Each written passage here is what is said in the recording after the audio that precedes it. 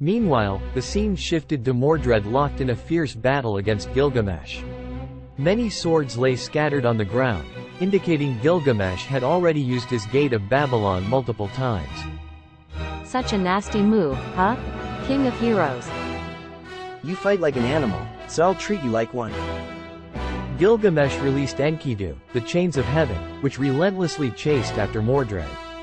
However, she skillfully abused her mana burst, moving unpredictably and leaving afterimages in her wake. Gilgamesh combined the chains with his Gate of Babylon, trying to corner Mordred in any possible area. Mordred's gaze is like a predator seeing its prey.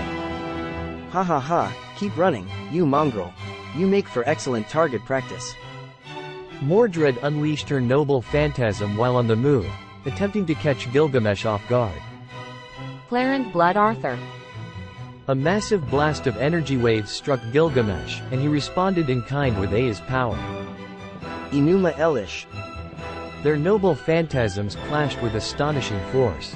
To Gilgamesh's surprise, Mordred's Clarent Blood Arthur was on par with his Aya. However, Mordred knew she had already pushed herself to the limit to match Gilgamesh's Enuma Elish. This won't do. If I continue like this, I'll exhaust my mana before him. I need to think. Remember what Ghana taught me.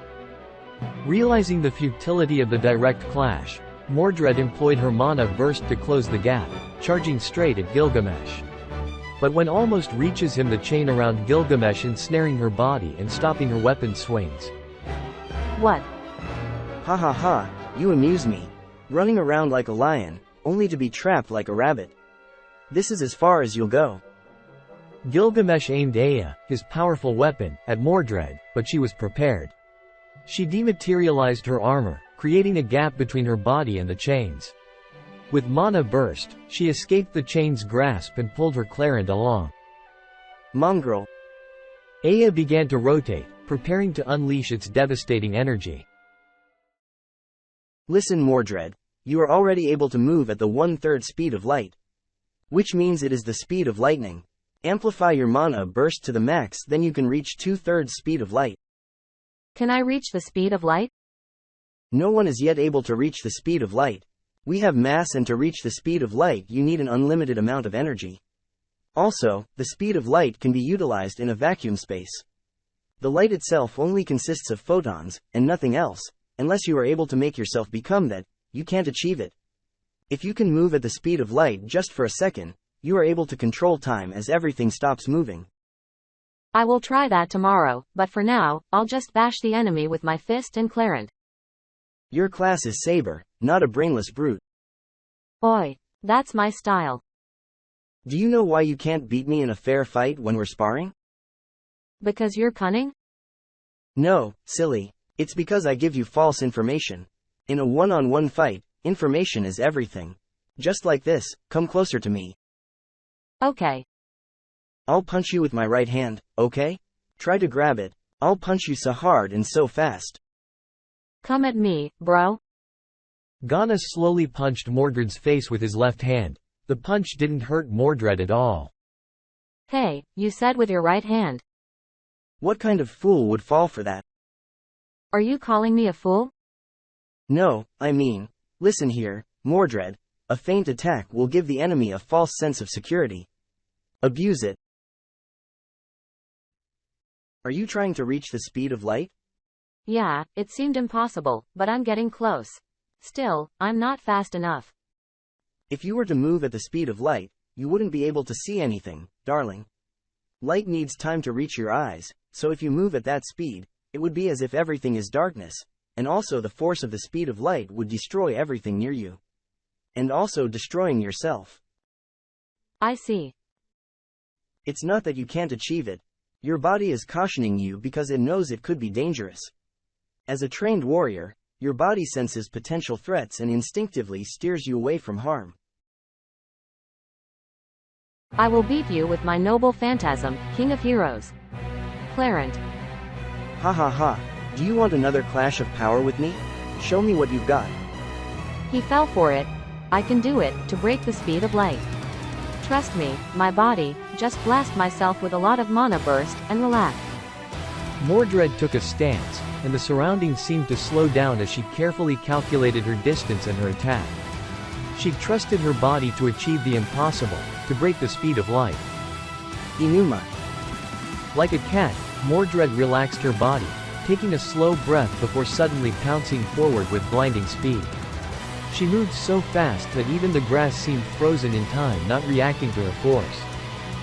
In an instant, Mordred aimed for Gilgamesh's neck, but instead, she sliced through Gilgamesh's hand that held Ea. Gilgamesh, still not reacting, focused on the afterimage left by Mordred. The time gap between them had delayed Gilgamesh's perception of Mordred's actual location. It was only when he realized his hand had been severed and hurled into the sky, he noticed Mordred right beside him, unable to move. Her body bore numerous scars and wounds from the immense strain of moving at such speed. It was as if she had been pierced by 1,000 blades. Soon after, massive craters formed where Mordred had stood before, as well as behind Gilgamesh, resulting from the incredible force she used to achieve the speed of light. Upon witnessing Ea being hurled into the sky, along with Gilgamesh's severed hand, Enuma Elish was unleashed into the sky. All the servants unable to breach the holy grounds were left in awe of this incredible power. What is that? Another huge explosion? No, Zero. This is not right, we have to do something. Concern filled the hearts of everyone for their master. Taking the initiative, Skaha decided to shatter the holy barrier. Move. Every servant moves out of the position, and Skaha pulls her Guy Bold alternatives. She is about to release her noble phantasm. Guy. Bold. The spear shot towards the barrier, its immense destructive force colliding with the magical wall. The barrier remained resolute, showing no signs of cracking, but Guy Bold pressed on, determined to pierce through. It is not enough.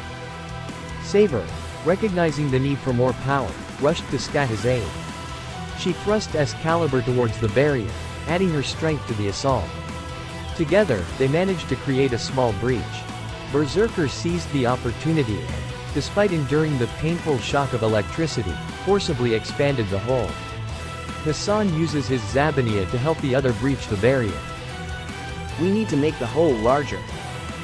I will reinforce your body with my magecraft. Keep it up, Berserker.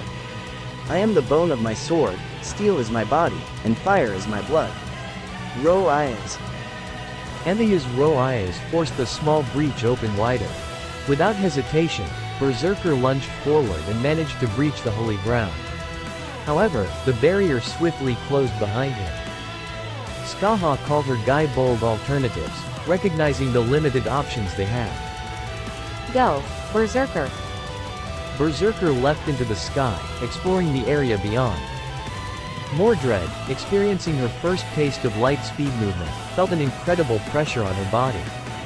She couldn't lift her sword, her body unaccustomed to this unprecedented experience. You dare to sever my hand? Mongrel. Seeing Mordred weaken, Gilgamesh attempted to strike her down with clarity.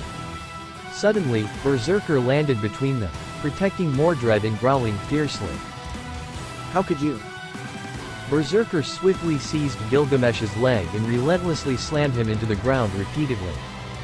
Finally, Berserker delivered a powerful blow with his blade, but his attack was interrupted by the chain of heaven. Gilgamesh suddenly realized Mordred had vanished. A voice called out from behind. Oi, King of Heroes. Mordred unleashed her mana burst to the maximum, causing a torrent of crimson electricity to surge from her body. Gilgamesh turned to face her. Huh? In an instant, Mordred delivered a powerful punch to Gilgamesh's face, sending him hurtling backward and demolishing the walls of the holy church once again. Gilgamesh was buried beneath the rubble. The scene shifted back to Ghana, who slowly opened his eyes to find himself lying on Mordred's lap, her gentle caresses soothing him. Mordred, darling, what's happening? Are you alright? They said you passed out after using that damn scroll. Mordred looked worried and angry at the same time. Despite her conflicting emotions, she couldn't bring herself to be mad at Ghana. I can't stay mad at you, but I'm worried about your condition. Using that scroll is taking a toll on you, and I don't want to see you like this. I'm sorry, darling, but I had no other choice. Kirei proved to be more cunning than I anticipated. Ghana sat up on the church bench, his eyes catching sight of Kirei and Gilgamesh sitting near the altar. Gilgamesh still had traces of blood on his face. You truly defeated the King of Heroes, darling. I severed his hand too. Guess I am just that strong. Shut up, mongrel. Huh? What hand? Those are his hands still attached. After the fight, he drinks a potion and magically rejoins his severed arm again. Ugh, gross. But darling, so many wounds on you, are you hurt? I was, but the wounds seem to have healed on their own. It's like when I battled Berserker, the next day, the wounds were completely gone. I see. So, what do we do with them now? Shouldn't we tend to their wounds first? Ghana got up and approached Kirei and Gilgamesh. I'll explain everything, just like I did with Ciro and the others. After a long and intense explanation about the Holy Grail and Ghana's intentions, Kirei and Gilgamesh still remained undecided. Becoming original or not, it matters little to me. I know your story, King of Heroes. I cannot guarantee everything, but every soul of heroes will become original in this singularity. That is the rule I plan to set into the system. With some luck, you may even meet Enkidu once more, as an original. Gilgamesh's eyes widened in surprise, but he maintained his composure. And what about him? He can't use magic anymore, he's useless as a mage. Ghana glanced at Kirei but said nothing in response. I must be grateful that you've left me with a few options. Don't tell me that you genuinely want to help them? If this plan succeeds, it will benefit all of us. I am curious about the Jinn inside the Grail, whether it's Angra Mainyu or others. I want to see for myself. Besides, I owe this young scholar. Ha ha ha, ha ha ha. Very well then, I shall lend you my aid. But don't misunderstand, I am not your ally. I am merely assisting you along the way. That's fair enough.